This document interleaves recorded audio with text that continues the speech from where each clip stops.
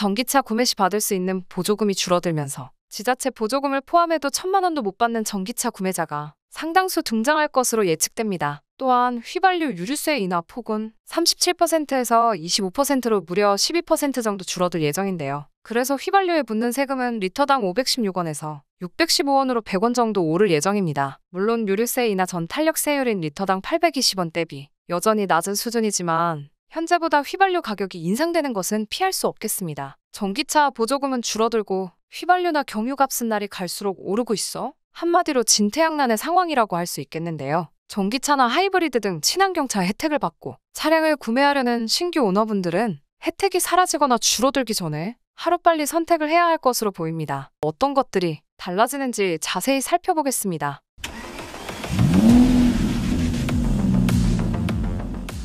전기차 보조금이 줄어들어 구매에 부담이 늘어날 수도 있을 것으로 보이는데요. 환경부는 중대형 승용 전기차 구매 보조금을 현행 대당 600만 원에서 500만 원으로 100만 원 줄이는 방안을 추진 중이라고 합니다. 소형 전기차 역시 400만 원에서 300만 원으로 줄어듭니다. 이로써 지자체 지원금을 포함하더라도 대당 1,000만 원도 받지 못하는 구매자가 생겨나는 건데요. 대신 전체 지원의 규모는 지금보다 늘려서 지원금을 받을 수 있는 승용차 대수를 늘리는 것이 목표라고 합니다. 개편되는 보조금 정책에서는 전기차 보조금 산정 시 차량 성능에 따라 액수가 더 달라질 수 있을 것 같은데요. 현행 전기차 보조금은 각 차종 전비와 주행거리에 따라 달라지는데 국가별로 전기 소비 효율을 점차 고려하는 추세이기 때문입니다. 결과적으로 겨울에도 주행효율이 좋은 차에 보조금을 더 주면서 차량 성능 개선을 이끌려는 것입니다. 전기차 보조금 감소는 세계적인 추세인데요. 전기차 보급에 앞장섰던 유럽 국가들도 최근 전기차 보조금을 줄이거나 아예 없애고 있는 상황입니다. 이에 우리 정부도 오는 2025년까지 단계적으로 전기차 보조금을 줄여나갈 방침이라고 하네요.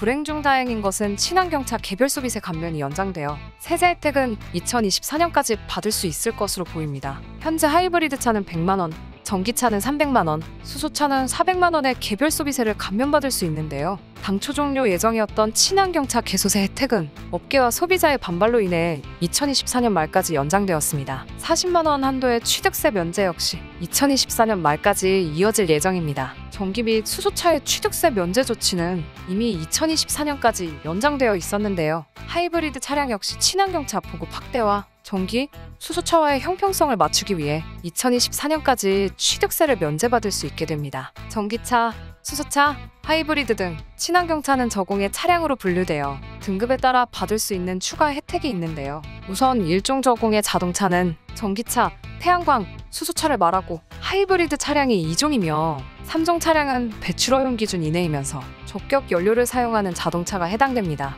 저공해 차량을 인증하는 스티커를 부착하면 공영주차장 주차비 할인, 대중교통 환승주차장, 주차비 할인, 인천 및 김포공항 등 공항 주차장, 주차료 50% 할인, 통행료 할인 등의 혜택을 받을 수 있죠. 다만 하이브리드 차량은 2025년 또는 2026년부터 저공해차에서 제외하는 방안을 추진하고 순수 전기차와 수소 전기차만 저공해차로 인정하려는 조짐이 보이고 있습니다. 내연기관과 전기모터가 조합된 하이브리드 차량은 이제부터 내연기관차로 간주하고 혜택을 끊겠다는 의미인데요. 전기차 시대의 진입을 앞당기기 위한 것은 알지만 전기차 충전 인프라가 충분하지 않은 상태에서 너무 빠른 결정이 아니냐는 지적도 나오고 있는 상황입니다. 전기차 충전소 부족에 대한 불만 속에서 하이브리드 차량은 총 25만 5,312대나 판매되며 전기차를 뛰어넘고 친환경차 중 판매량 1위를 기록했기 때문입니다. 하지만 앞으로도 친환경차 보급 촉진을 위해 정부 및 지자체는 지속적인 협력을 이어갈 것으로 보이는데요. 다만 전기차 보조금의 경우 차량의 출고 시점을 기준으로 지급되기 때문에 지자체별로 예산이나 지원 규모에 따라